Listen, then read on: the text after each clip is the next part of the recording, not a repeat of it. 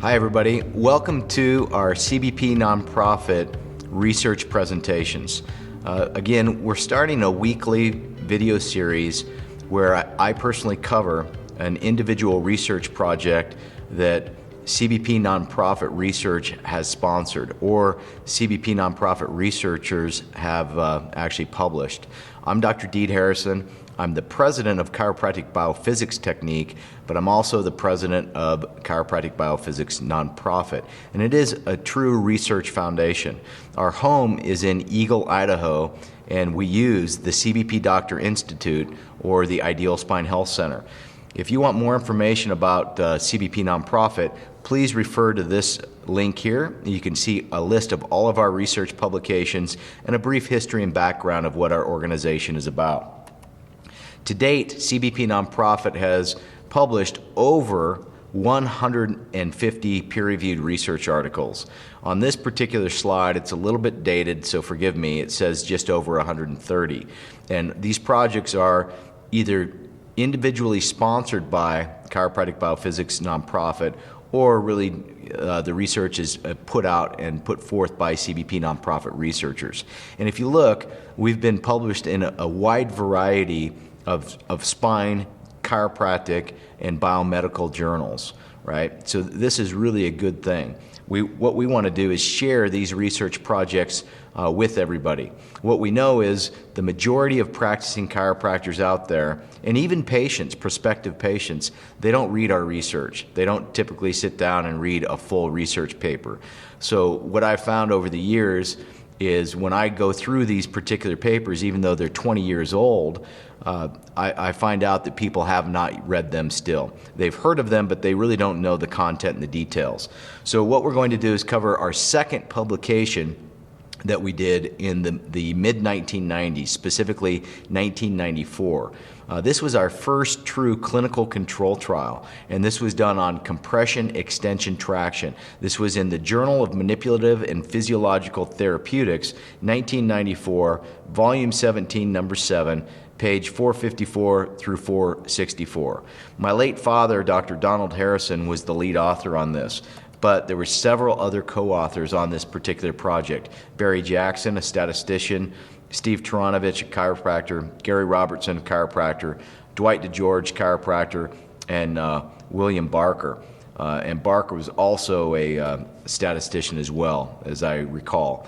This predates me.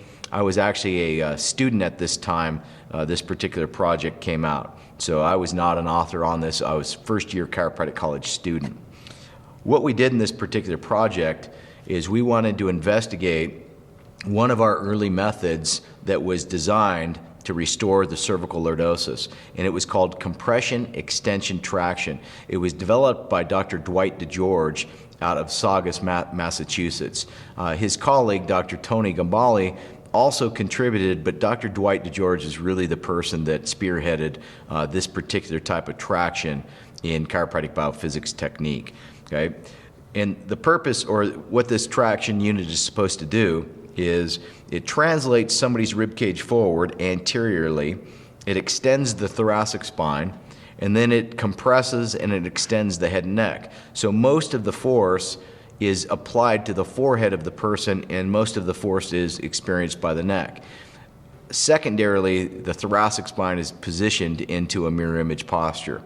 The idea is we take people that have forward head translation and loss of their cervical curve, and we put them in this type of traction over a program of care in the hopes of rehabilitating the shape of their neck curve. Well, this particular project is testing whether or not this traction unit is needed to restore the cervical curve. In chiropractic, there's different theories and there's different techniques. Obviously, the adjusting techniques are very popular, and they have been proposed to change alignment. Well, back in these days, in the mid-90s and before that, actually many chiropractors believed that all you needed to do to change the cervical curve was to adjust into it. So we designed this project to test whether or not that is all that is needed. So this is a non-randomized clinical control trial where we have 2 treatment groups, and then we also have a true control group. The control group is really a convenient sample of subjects that were friends and family members of the patients coming in that volunteered to be truly in the control group. No treatment was done. So that being said, the first control group, what they got was an exam and an x-ray initially, and then 10 to 14 weeks later, with no care, they got another exam and x-ray. And what we needed to do is see whether or not our x-ray positioning procedures were repeatable and reproducible. So it's control group number 1, they got no care at all. Group number 2 is truly a treatment group. Treatment group that received traditional chiropractic intervention where we're adjusting with diversified technique and then using a P to A drop table technique that looks like this. And this P to A drop table technique, A, puts the person in a mild mirror image of their forward head translation, and B, creates cervical extension. And the theory is that this will increase the cervical curve and reduce the forward head translation, and we must drop at the apex of the altered cervical curve. And the drops are crisp, rapid drops 1 to 3 times. Okay, that's what was done. So our first group gets traditional chiropractic segmental diversified. They get P to A drop table CBP mirror image designed to reduce anterior head translation and improve the cervical curve. And then they get nothing else. They get this 5 times a week for 10 to 14 weeks, an average of approximately 60 sessions. So an average of 12 weeks, 5 times a week, 60 sessions. Then they receive a re-examination, a minimum of 1 day following their last session. So we don't re-examine and re-x-ray on the same day they got it, the intervention.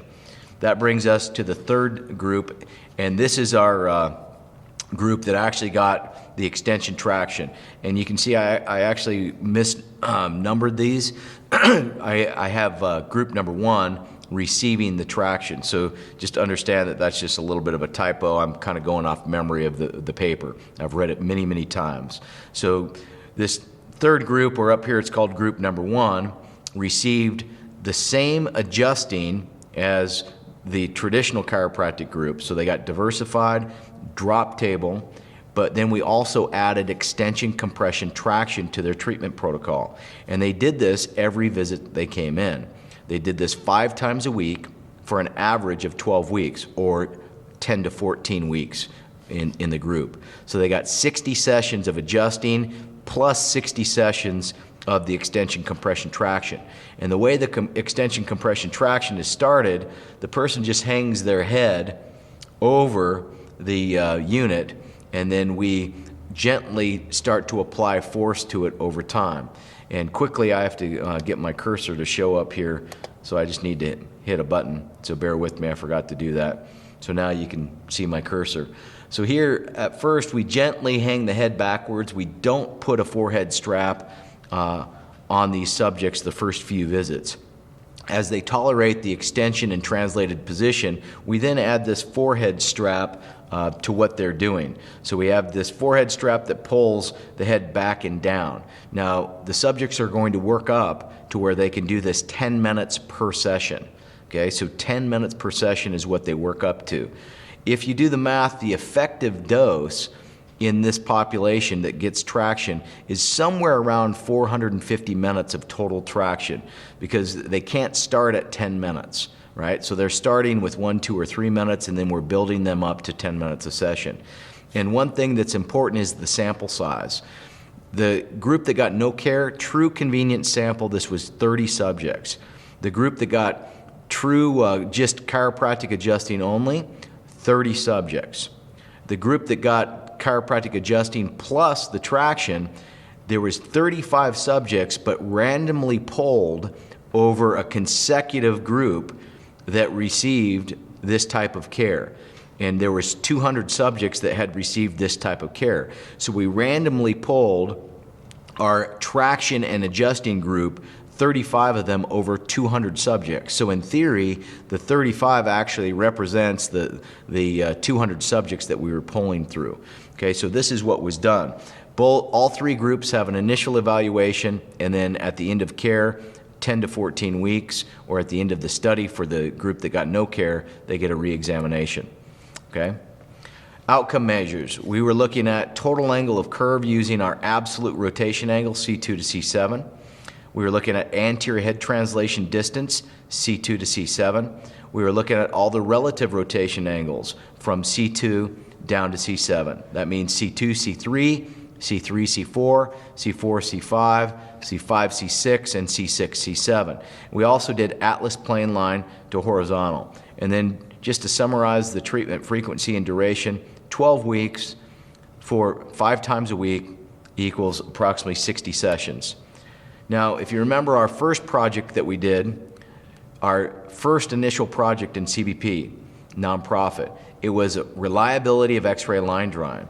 So this is what the previous video demonstrated. Can examiners make these measurements consistently? You now see why we had to do that project first.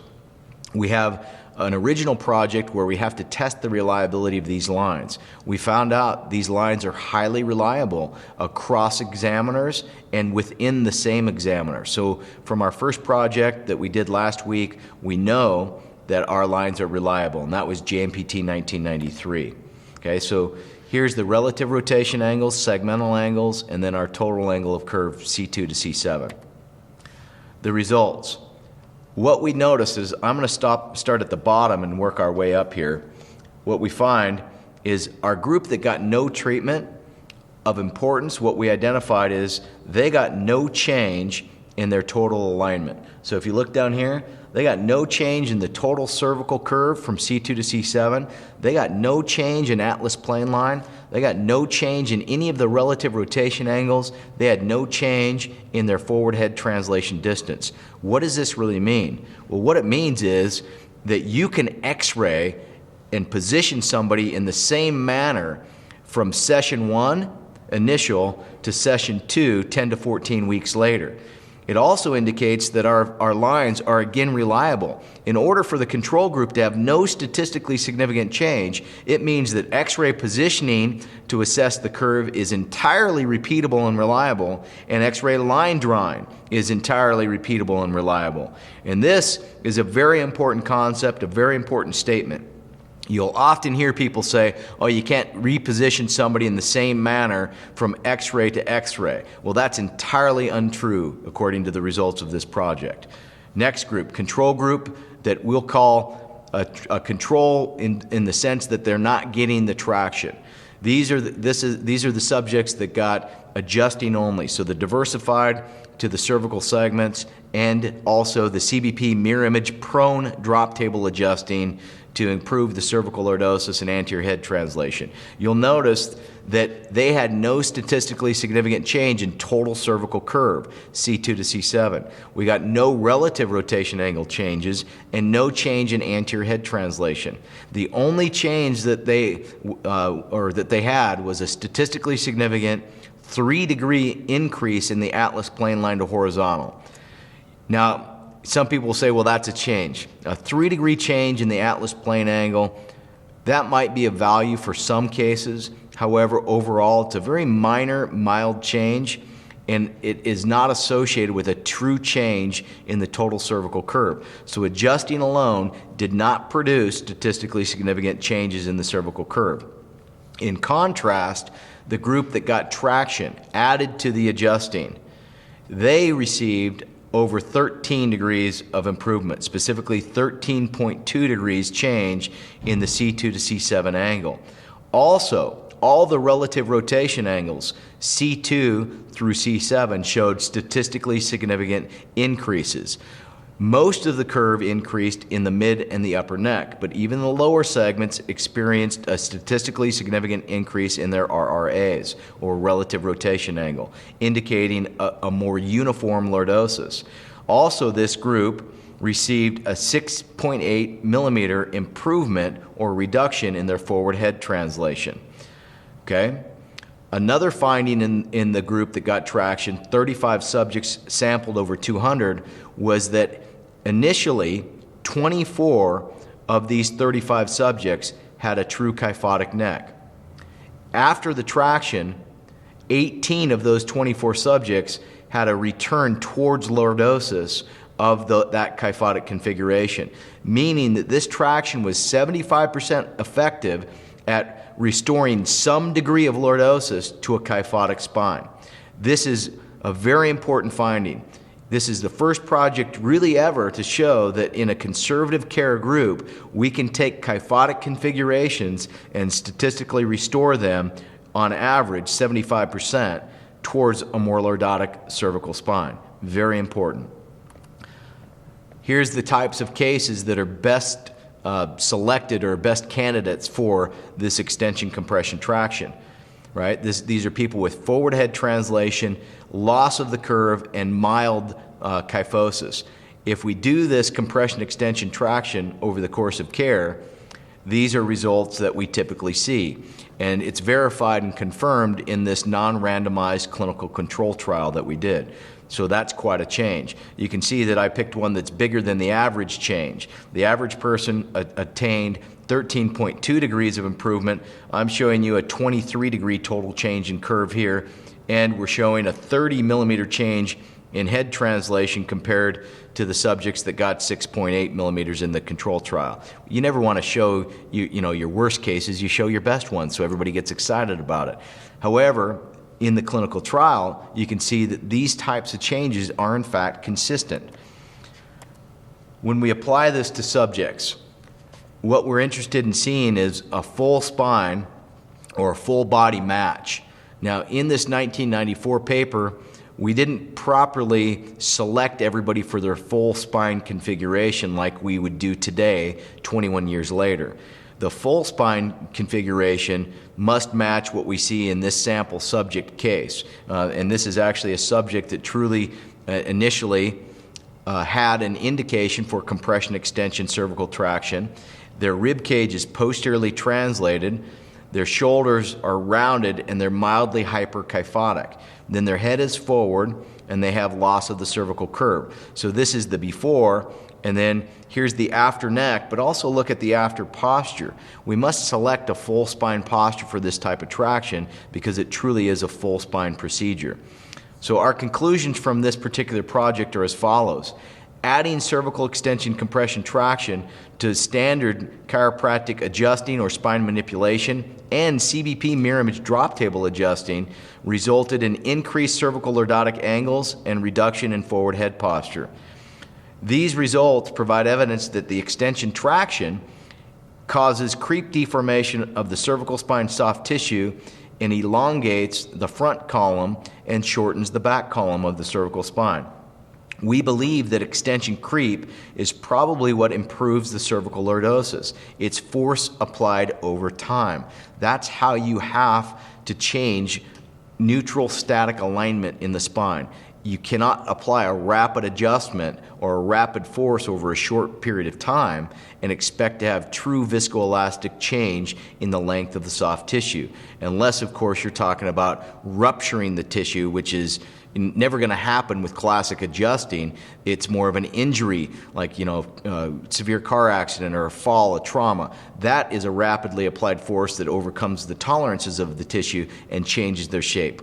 Adjustments are not that, okay? Let's clarify that. So typically speaking, the individual adjustment is not going to change the cervical curve. We believe it has to be load over time, creating extension creep deformation or permanent length change in the soft tissues of the spine. And then it should also say, no change was found in the control group that got no care, indicating X-ray and X-ray line drawing is repeatable. We can position people in the same manner. So what we see on the first X-ray is going to show up on the second X-ray if we don't do anything about it. And then traditional chiropractic adjusting alone statistically did not change the cervical curve. Okay, now, every chiropractor out there has a couple cases where they can show that contradict this finding in this statement. However, those cases are hit and miss. They're not statistically significant when we apply these procedures in a population. So we have to be realistic. Don't just show me your one or two cases that you've collected over your time and say, look, chiropractic adjusting can change the curve. I've had those cases too, but they're not predictable. I'm not going to look at somebody and say, yeah, I can correct your spine back towards normal using these methods, because I don't know that I can. In fact, it's a guess, and you don't know who those subjects are. Okay, so let's be realistic and honest. This paper is the first project to truly show conservative methods with extension traction is needed to change the cervical curve in a statistically significant manner. And we did this in 35 subjects sampled over 200. You have to realize that there's contraindications to this type of traction. When we see subjects that have true canal stenosis, true radiculopathy, space-occupying lesions, you got to be really careful when you're doing compression extension traction. In fact, we're going to call it a relative contraindication. You've got to really start these people on other types of methods and see if they truly are appropriate candidates for this type of care. So look carefully at the list of contraindications to this type of traction. Realize some of them are relative contraindication, meaning that it's the doctor's decision and it's from subject to subject depending on their unique case, their specific needs, and their ability. And then some of them are absolute contraindications, okay? And I'm going to show you a few of the absolute contraindications on x-ray. These are full spine x-rays of subjects that you might just look at their neck and say, oh, they're a candidate for this extension compression traction because they've got loss of the curve and forward head posture. However, if we actually look at their full spine configuration, you'll see that they have anterior translation of their spine relative to where normal sagittal balance would be. If you look at this distance here, this is an anterior translation. Well, our compression extension traction, it's going to anterior translate their spine in the thoracolumbar region even further. So don't put patients in this traction that have that. Another contraindication would be true lordotic segments or hypokyphosis of the thoracic spine. Our compression extension traction unit for the neck, the way it positions the rib cage is it will flatten out the thoracic configuration. So you do not want to put people that already have a thoracic hypolordosis into this compression extension traction unit. You're going to flatten out this lordosis even more, or flatten out this kyphosis even more, making it more lordotic. And then this is a subject that has the combined first two appearances. They're translated forward and they have a hypokyphosis. Okay, so realize you must select people appropriately, the full spine, in addition to their cervical spine, and also in addition to their actual disability and their actual diagnosis with the damage in their spine. Do they have stenosis? Do they have, radiculopathy? Do they have any type of space-occupying lesion, right? We have to be careful with this. And also, do they have an unstable retrolisthesis? You don't want to put somebody in extension compression traction that has an unstable retrolisthesis in the cervical spine, because when you do this procedure, it might cause it to go back further, okay? There are home units for this as well. We have not investigated the home units. However, the home units, they apply the same force to the cervical column and the same position to the full spine. It's just less intense. So we know the home units are going to be effective too. We just have not studied those to date. However, we use these as supplemental to the in-office care. Patients come in 3 to 5 times a week into your office. They need to be doing something at home. So let's also use the appropriate home care devices. And we have 2 of them available through Chiropractic BioPhysics. We have what we call the Posture Regainer, which is this device right here. And it's a type of compression extension traction unit. And then we also have what we call the Denneroll extension compression traction system. The 2 are slightly different in what they do, and maybe we'll talk about that in a different video, right? The purpose of this one was to just talk about the trial on the extension traction that we did. Okay, hopefully you enjoyed that research presentation on our second trial that or second paper really that we did for Chiropractic BioPhysics Non-profit. And it's a true non-randomized clinical control trial. CBP Non-profit is here for two purposes. We are patient advocates. We want to see patients get the best care possible via corrective chiropractic methods and conservative rehabilitation methods. And also, we want to make sure that chiropractors that are using this work, they have the best available resources to look at this technique and say, wow, this is truly supported by proper scientific evidence, right? Truly supported by proper scientific evidence.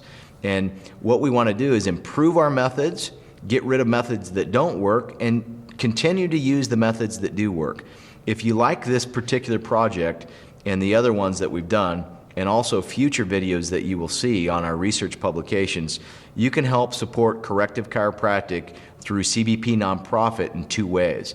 Number one, you can donate to CBP Non-profit through Amazon Smile. And Amazon Smile, if you purchase products online through Amazon, you can select a nonprofit research foundation to fund. And then Amazon will take a small percentage, I believe it's 0.5% of your purchase, and they'll donate it back to that nonprofit organization. So what you do is you select Chiropractic BioPhysics Nonprofit as your foundation to support through your Amazon purchases. It's an indirect method of supporting true corrective chiropractic research, and it doesn't cost you anything. You're just selecting us, and Amazon pays. Okay? We get a monthly check through Amazon Smile. The direct way to support Chiropractic BioPhysics Nonprofit is by going to this link here online, and you can fund and support our research in any amount that you choose, and we're happy to receive any amount you choose. So please consider donating to CBP Nonprofit research. This particular project that we've just gone through, it is the first of its kind to show we can truly change the cervical curve with corrective chiropractic care. What we did not show in this particular project was, does this result in true improved patient outcomes? True improved patient outcomes with corrective care for restoration of the cervical lordosis, that is considered the holy grail in corrective chiropractic. Does it really matter? Does it change a patient's condition? Our particular project we just went through didn't test and didn't address that. We have future projects that we have tested that, so I'm going to make you wait till next time to see that type of information. And actually it'll be quite a bit down the road, because what we're doing in these video series is going through a history of our publications. So you have to wait to see, does it matter to patient outcomes, until the end of the series. So hopefully you'll be on the edge of your seat for that one. Please consider supporting us. Hopefully you enjoyed this video presentation, and I'll talk to you next week.